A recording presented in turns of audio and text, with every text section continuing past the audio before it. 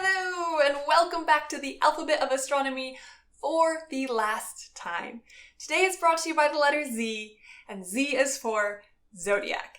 Yes, I thought it was only right that we finish off the A to Z of astronomy with a lesson in astrology. No, I'm kidding. Zodiac in this case does not refer to the 12 constellations that the sun passes through in the night sky, or the superstitions around those. In astronomy, the zodiac basically refers to the region of the solar system in which the planets orbit. The zodiac is also the basis of the celestial latitude and celestial longitude coordinate system, which is based off of the ecliptic. The ecliptic is the plane of the Earth's orbit. However, nowadays we generally use a different coordinate system based off the Earth's equator called the equatorial celestial coordinate system, using right ascension and declination.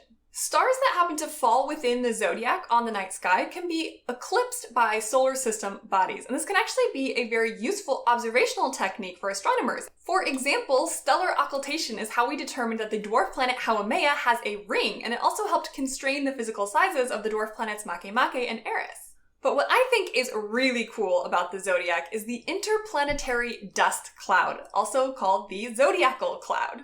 While we think of space as empty, which is a very good assumption, it actually is not completely empty. There are a few dust grains floating around here and there. Small dust grains, about 1 to 100 microns in diameter, are found located throughout the zodiac. This is about a couple billionths of the mass of Earth, located entirely throughout the inner system, so it's very sparse. Even so, these dust grains scatter sunlight and can actually create enough light to be visible in the night sky here on Earth. This is called Zodiacal Light and is best seen with a very dark sky looking west just after sunset or east just before sunrise. Besides this scattered visible sunlight, dust grains actually emit their own light in infrared due to their heat. And this infrared has to be accounted for by sensitive infrared detectors like WMAP that are looking at the cosmic microwave background.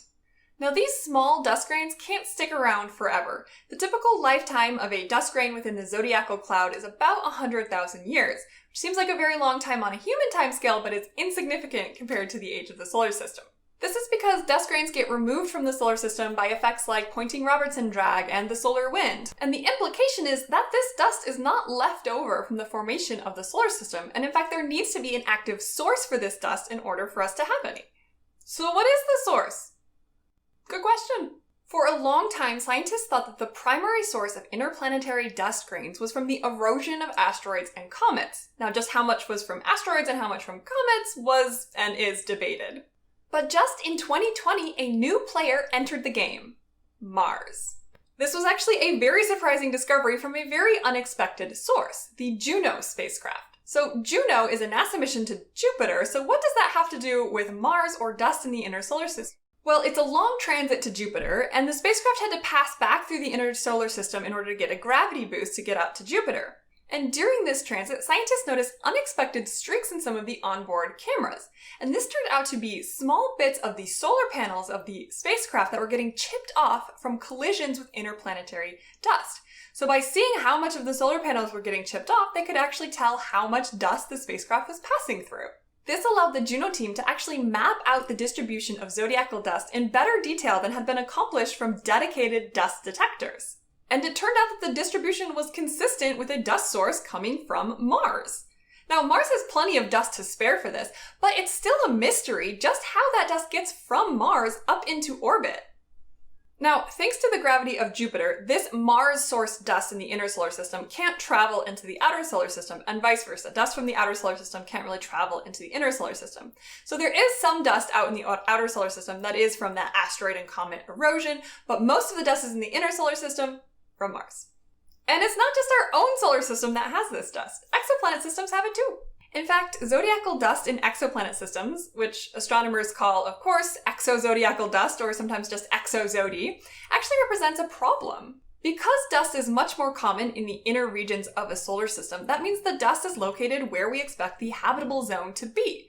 And just like sunlight scatters off the zodiacal dust in our system, light scatters off dust in exoplanet systems. So if we're trying to look for exo-Earths located in the habitable zone of exoplanet systems, that light can create a lot of background noise that makes it very difficult to directly image an exo-Earth, which is a major goal of exoplanet science in the coming decades. The amount of dust present in a system decreases over time, so young exoplanet systems have even more of this noisy exozodiacal light. So next time you're out in a dark area on a moonless night, take a look and see if you see the glow from the zodiacal dust cloud. Those dust particles are an oft overlooked but important part of our solar system and exoplanet systems as well. And now we have successfully finished Z. Thank you so much for learning the alphabet of astronomy. Next time, won't you sing with me? I hope you will come back and check out some of my other videos. Thanks for watching. Bye!